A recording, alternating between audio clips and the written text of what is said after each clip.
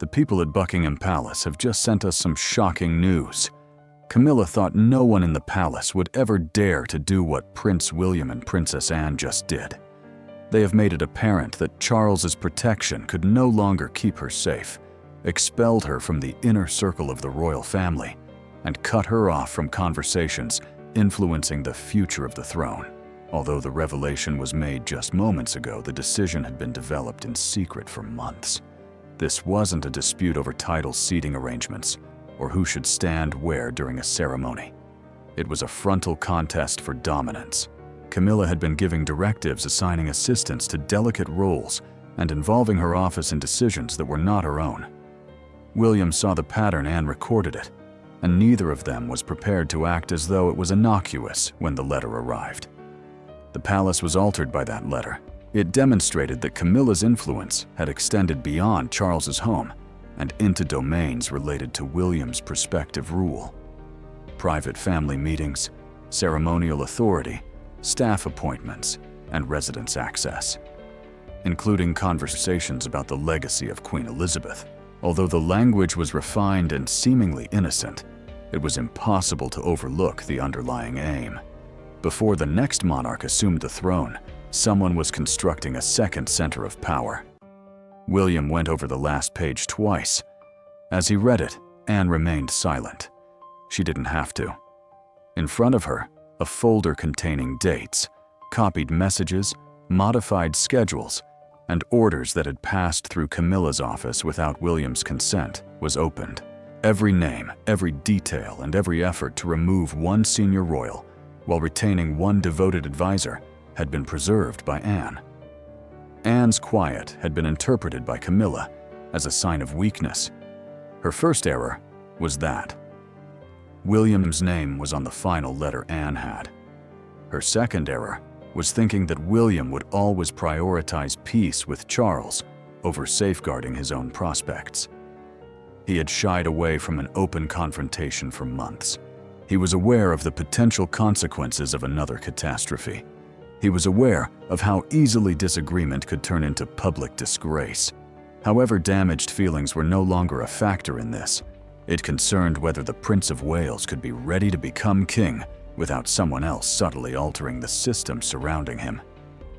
Anyone who genuinely supports Prince William, Catherine, and Princess Anne should subscribe, like, and share this video immediately before Anne reveals the page that ultimately brought Camilla's influence to an end. If you watch in silence and don't support the channel, Camilla's side of the story will continue to prevail. This is the time to demonstrate that fans truly think William and Catherine should inherit a kingdom free from meddling. Don't abandon them on their own. Hello viewers, do you support Camilla or William and Anne? In the comments, write William, Anne, or Camilla. Don't sit quietly in the middle because Camilla was able to think she would never be challenged because of that same stillness. At Buckingham Palace, the altercation started behind closed doors. When Camilla arrived, she anticipated another family conversation that Charles could diffuse before it got out of hand. Rather, William had already taken a seat next to Anne. There were officials in attendance. Attorneys had been contacted. On the table was the folder. Additionally, Camilla was not going into a chamber where her proximity to the king ensured power for the first time. Anne posed a single query. Why had Camilla's staff tried to overturn a choice made by a family that was personally related to Queen Elizabeth? Camilla didn't offer an apology. She maintained that past decisions could not rule the kingdom. She maintained that she had the authority to determine who continued to have influence because of her position. Then she wrote off Anne's protests as antiquated resistance from someone who didn't want to acknowledge who was now in charge. There was silence in the room. William had come in ready to hear. His patience ended with that response. He informed Camilla that her union with the king did not grant her control over the future ruler. Camilla retaliated. She implied that Anne had made him dislike her. However, Anne had not made William hostile to anyone. That was what this paperwork had done. Anne then moved a single letter across the table. It included a plan to give experts authorized by Camilla's circle more authority over certain royal operations, relieving William of some of those duties. Before any complaints could be voiced, the adjustments were expected to start discreetly. The debate turned into a threat before William could stop it, or the palace realized what was going on. After setting the letter aside and giving Anne a quick glance, William called an urgent family meeting. Every directive pertaining to Camilla's office would be examined. Each appointment would be examined. Each private message would be tracked down. Camilla continued to have faith in Charles's ability to save her. She was unaware that Anne had one more paper, and Charles could not ignore the signature at the bottom. The earliest indications were easy to ignore months before William and Anne showed up together. A meeting was adjourned without justification. A private secretary was quickly replaced. A resident's schedule abruptly changed. Nothing appeared big enough to set off an alert. It worked because of this. The takeover was never declared by Camilla's office. It just started acting as if it already had control. Quietly, the instructions came. Some arrived by official correspondence. Others traveled with dependable assistants who seemed confident that no one would question them.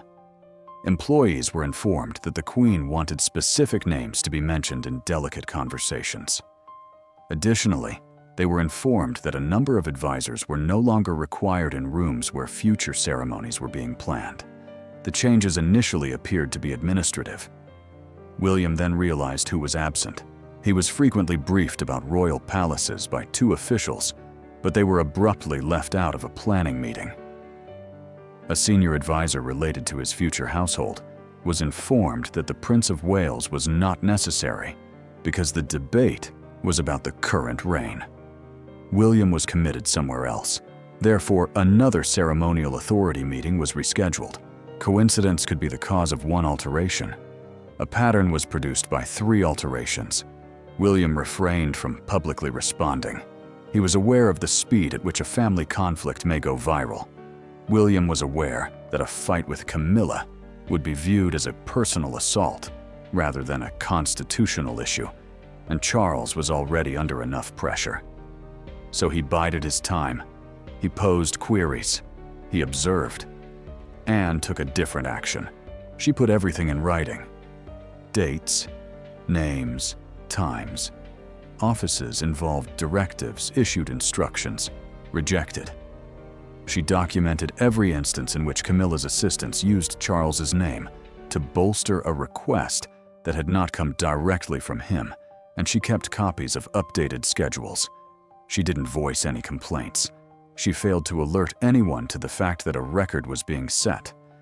Camilla found the most confidence in that silence. Employees inside the palace started to notice the formation of 2 chains of command. One passed through the established office of the king. The other went through Camilla's circle, where requests were presented as private desires, but carried the burden of royal expectations. Few workers wanted to turn down the Queen after learning that Charles was in favor of her. Where there should have been obvious authority, fear filled the void. After an afternoon briefing at Windsor, one senior employee finally came up to Anne. Camilla was not specifically accused by him. He clarified that employees had started getting directives without formal authorization and assurances that their loyalty would be valued. The wording was courteous. It wasn't the caution beneath it. Anne posed a single query. Had any of it been approved by William? No was the response. Her notes turned into an investigation at that point. She started comparing household schedules. She discovered gatherings where individuals suggested by Camilla's staff had taken the place of William's representatives. She discovered drafts pertaining to residence access that had been modified following approval. She discovered allusions to a novel transition structure, a phrase that was both exact enough to hide nearly anything and wide enough to sound innocuous. Anne continued to wait. She was aware that if she moved too soon, each occurrence could be explained away independently. A miscommunication here, a willing assistant, there a schedule issue elsewhere. Since no single document showed the entire design, Camilla would reject a pattern. Anne was in need of the link between them. 3 days before, to the official announcement it came. The issue concerned a family choice that was directly related to the legacy of Queen Elizabeth. The senior royals who were supposed to defend it had settled, documented, and comprehended the decision. However, a new directive emerged that transferred authority from the initial setup to a committee that was controlled by Camilla's office. Anne quickly and adamantly objected. Camilla brushed the criticism off. According to her, the monarchy could not continue to be constrained by plans created for a different time period. She also clarified that Anne's position did not grant her the power to obstruct the Queen's course. Something awful was conveyed in the polished message. Camilla no longer considered Anne to be the institution's protector. She perceived her as a hindrance. Anne read the message twice. When she put it next to months' worth of documents, she could finally see the complete form of what had been developing. The pressure on officials, the private meetings, the residence lists, the staffing changes, and the ceremonial talks. They weren't distinct occurrences. They served as preparation. Anne called William before midnight and asked to meet in secret at Windsor. Over the phone, she did not fully explain everything. She merely stated that Camilla had crossed a line related to their grandmother, and that the evidence now extended beyond what either of them had anticipated. Anne brought the packet into William's office at 8:15 the following morning. After leaving, she shut the door. She then put the first letter in front of him. The conference room was fully sealed by 12:30. No helpers came and went. There were no phones left on the table. William sat next to Anne as three officials waited on the other side, with the silence that comes when everyone knows what's at stake. Camilla was unprepared, but she expected resistance. She came in with two of her family members and stopped when she noticed the folder. It was thicker than she had anticipated. William did not get up. Anne didn't say hello. The room instantly transformed as one official shut the door. Anne started with the choice related to the heritage of Queen Elizabeth. She questioned why Camilla's office had tried to replace the family-approved plan. It was an easy question. The response was no.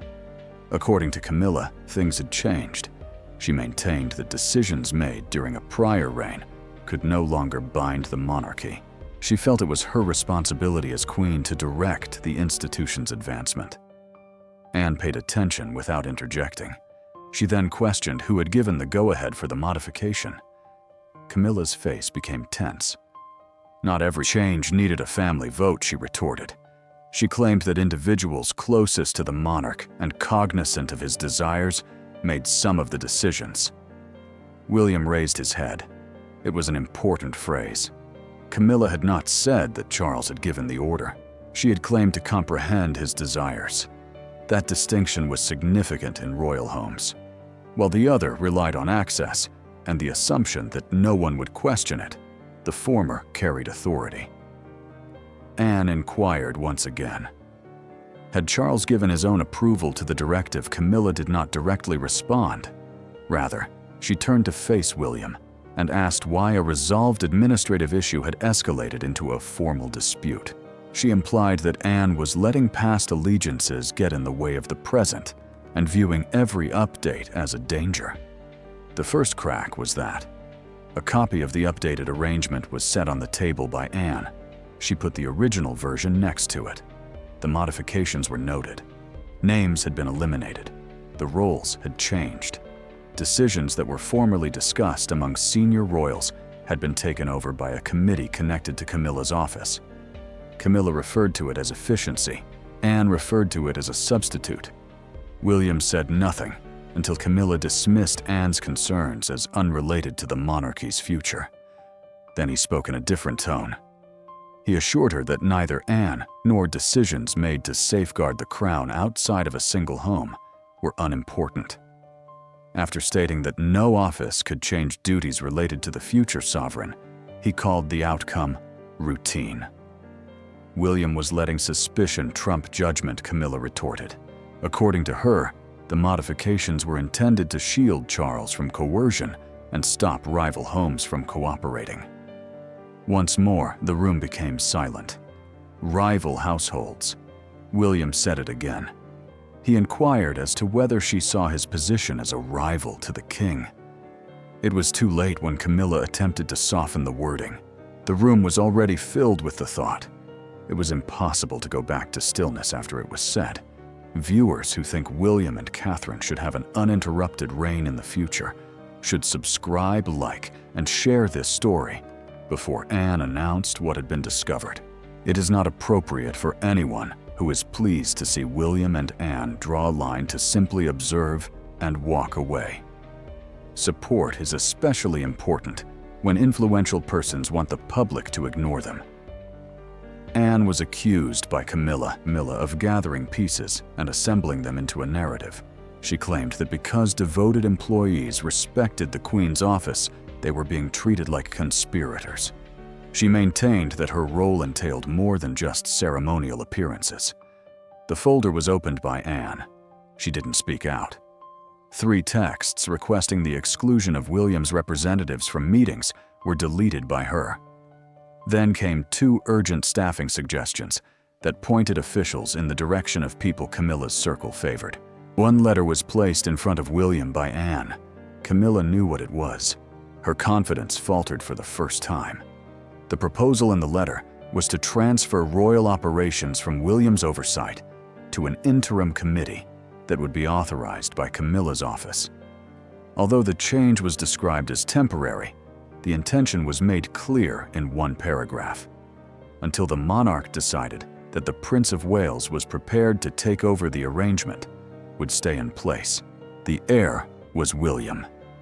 He was viewed in the letter as an issue that needed to be resolved. He once read the last paragraph.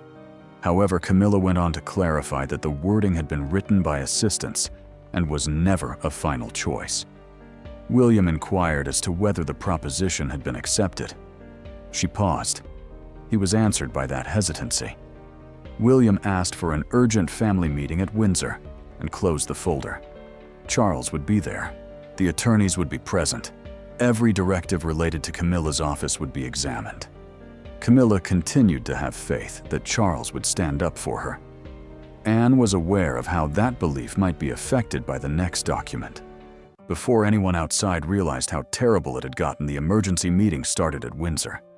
Charles was the last to arrive. Without making his customary entrance, he sat down at the head of the table. To his right was Camilla. Anne and William turned to face them. Opinions were not the starting point for the legal advisors. They started with dates. In the first, William's representative was kicked out of a meeting to plan a dwelling. The second occurred when a replacement was suggested by Camilla's office. The third corresponded with a telegram requesting that advisors authorized by the Queen's household be used for any future ceremonial conversations. One date didn't mean much. They created a map together. According to the correspondence, Camilla had been secretly advocating for control over 4 areas that would become important in the future: ceremonial committee staffing residence administration, and the flow of information to the Prince of Wales. Nothing was written in an offensive manner. That was the risk. Every idea was framed in terms of efficiency, continuity, and shielding the king from pressure.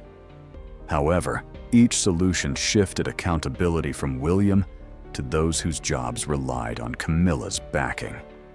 Charles remained silent until one advisor got to the part about the transition framework. Then he cut me off. He said that the expression had been misinterpreted. Future plans had always been evaluated by the palace. Although Camilla may have made poor decisions, this did not equate to a conscious effort to damage the atmosphere. Anne flipped a page.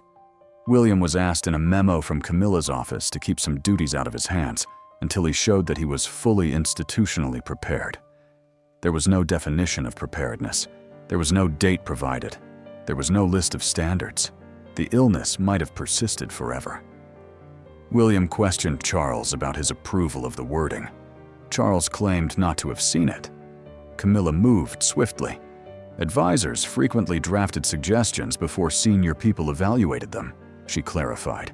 Unfinished language was being presented as settled aim according to her. However, the documents revealed her office's repeated approvals, along with remarks next to the names of personnel she wanted appointed to important posts.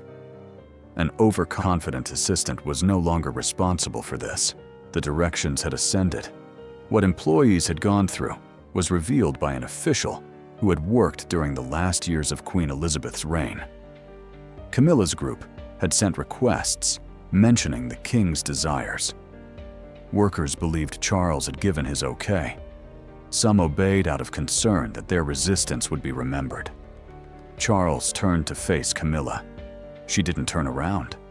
The weight of that quiet was greater than that of an argument. At last, Anne said something. She claimed that Camilla had been shielded from repercussions for years, since Charles thought all of her problems stemmed from the past. A hazardous certainty had been established by that protection.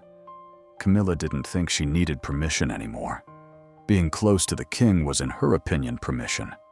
No one in the room could soften Anne's statements after that. Camilla had thought that Charles's protection meant she would always be in charge. Charles tensed up. William didn't. The problem had transcended marriage and ancestry for him. He was examining a framework intended to restrict his knowledge, the people who could counsel him, and the circumstances under which he would be deemed qualified to use office-related authority. He posed a query to the advisors. Could there be two private centers of command within the monarchy? Without hesitation, the response was given. No. The queen might support the sovereign, represent the crown, and manage her own household according to a constitutional consultant. However, she was unable to establish a separate chain of command that extended to the Prince of Wales's coronation preparations. Discipline would break down if employees were unable to distinguish between orders coming from the king and someone calling his name. Charles looked again for a more focused explanation. He questioned whether the documents demonstrated ambition or intention. In response, Anne said that the question of intention may go on forever. Conduct was unable to. People had been relocated. Meetings had changed. Decisions had been rerouted. William had been left out. The first phases of the plan were in action, thus it was no longer theoretical. A second official then spoke. He verified that William's briefing papers had been requested by Camilla's assistants. Coordination was cited as the explanation. This would have made it possible for her office to see what was being communicated to the heir prior to his receiving it. William's face shifted. The line was that. Charles was also aware of it. The room no longer seemed to be a family disagreement that needed to be resolved. It was akin to an organization realizing that one of its members had been pushing the boundaries of power before opposition materialized. Charles was presented with the advisor's recommendation. Camilla bent over. William observed his dad while he read. A warning, a brief halt, or another personal pledge was not the answer. It demanded that she be immediately removed from both private family governance and all future discussions. After reading the advice, once Camilla put it back across the table, as if not touching it would somehow lessen its impact. Her voice was still under control, but it was becoming less so. She claimed that the proposal was a gift to everyone who had waited years to witness her humiliation, an insult to the king and an insult to her position. Nobody responded right away. Charles continued to stare at the paper. William observed him. Anne observed Camilla. Silence had become impolite in the room. It was condemnation. Camilla went to face Charles and insisted that he halt the procedure. She reminded him that she had supported him during years of animosity, family strife, and public censure. She claimed that William and Anne were depriving her of the authority she had gained via service through administrative disputes. Charles remained silent. She was more afraid of that than she would have been of fury.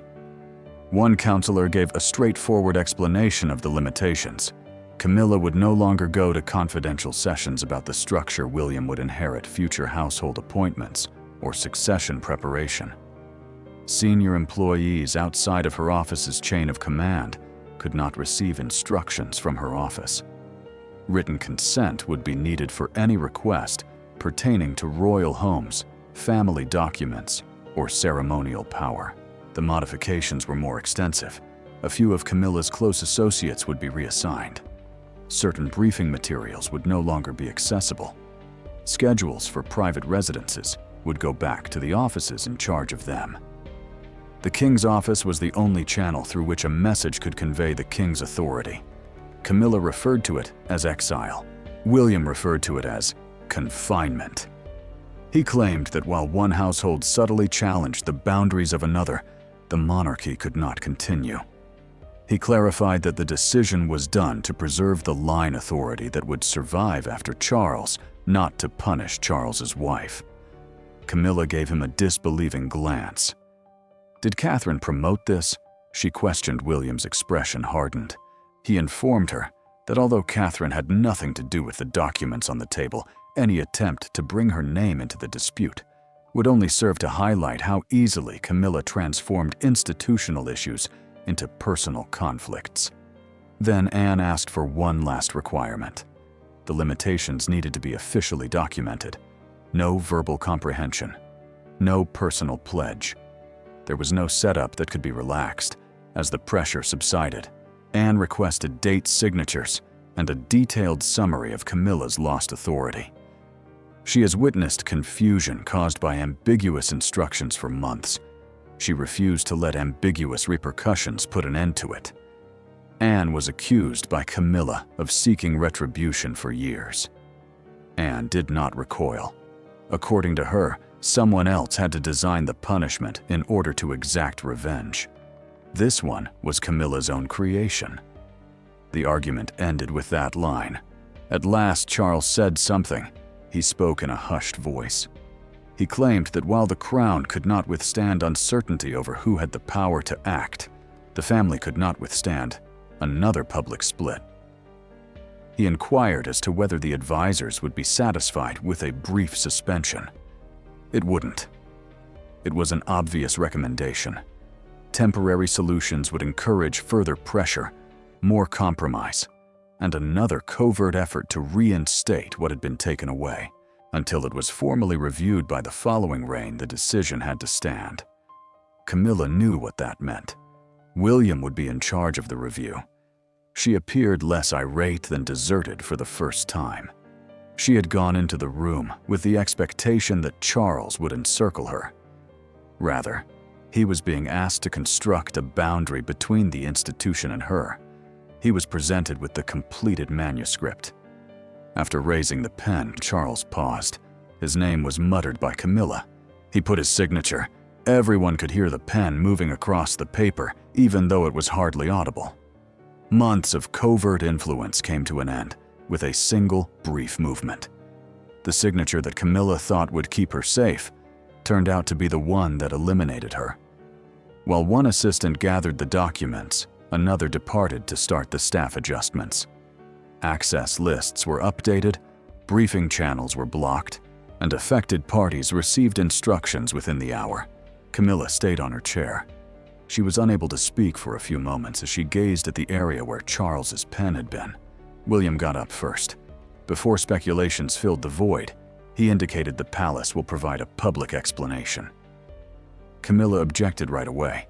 She maintained that the issue should remain inside the family. Before Charles could respond, Anne did. For far too long, the family had kept it inside. Before this story is obscured by polished appearances, anyone who genuinely supports William, Catherine, and Anne should subscribe, like, and share. Camilla's side can continue to act as if nothing had happened by remaining silent and refusing to back those who finally drew a boundary. Camilla thought the choice would remain confidential. William had already made up his mind. The palace gates were set to open by evening, and he and Anne were getting ready to stand together. The decision that had been sealed in secret was made public when the palace doors opened 5 minutes later. Anne and William showed up together. Just that picture conveyed the narrative. The heir stood next to the one royal who was renowned for never wasting words, and neither of them appeared to be trying to downplay what had transpired. There was no grin. No effort was made to produce the appearance of harmony. Only a statement carefully crafted by individuals who were aware that each sentence would be scrutinized. Camilla would no longer participate in the management of private families. Meetings pertaining to the future rule would not be attended by her. She refused to lead top employees outside of her own home.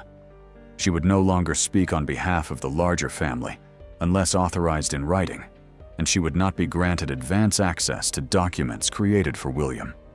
The language was quantified. It wasn't the result. Camilla had been excluded from the group that actually made decisions. Before the statement was complete, reporters started yelling questions. Had Charles given his approval? Was Camilla heading out of the palace? Had William made the king decide between his heir and his wife? William and Anne did not respond. They didn't have to. The document already has Charles's signature on it.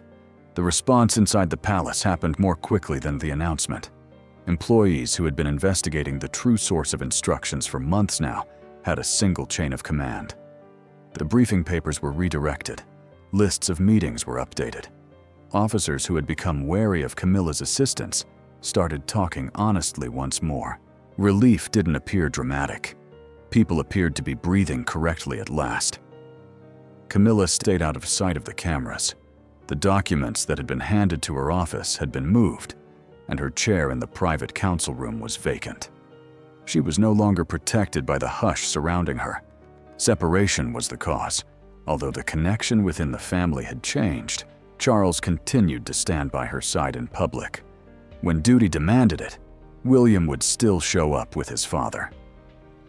Anne continued to go to ceremonies. Camilla would continue to stand close to the monarch. However, everyone in the vicinity of the palace would be aware of what had transpired behind those appearances. There was no longer any trust. Furthermore, ceremonies cannot restore trust once it has been damaged within a royal household. Anne didn't rejoice. She had never desired another public breakup. She desired a barrier that would safeguard both the future William was supposed to inherit and the choices Queen Elizabeth had left behind. Her rage was quiet. It was completed. William grasped a more challenging concept. This crisis had brought some of the responsibility he had spent years preparing for a reign that still seemed far off into the present. Before the building was his, he had to protect it.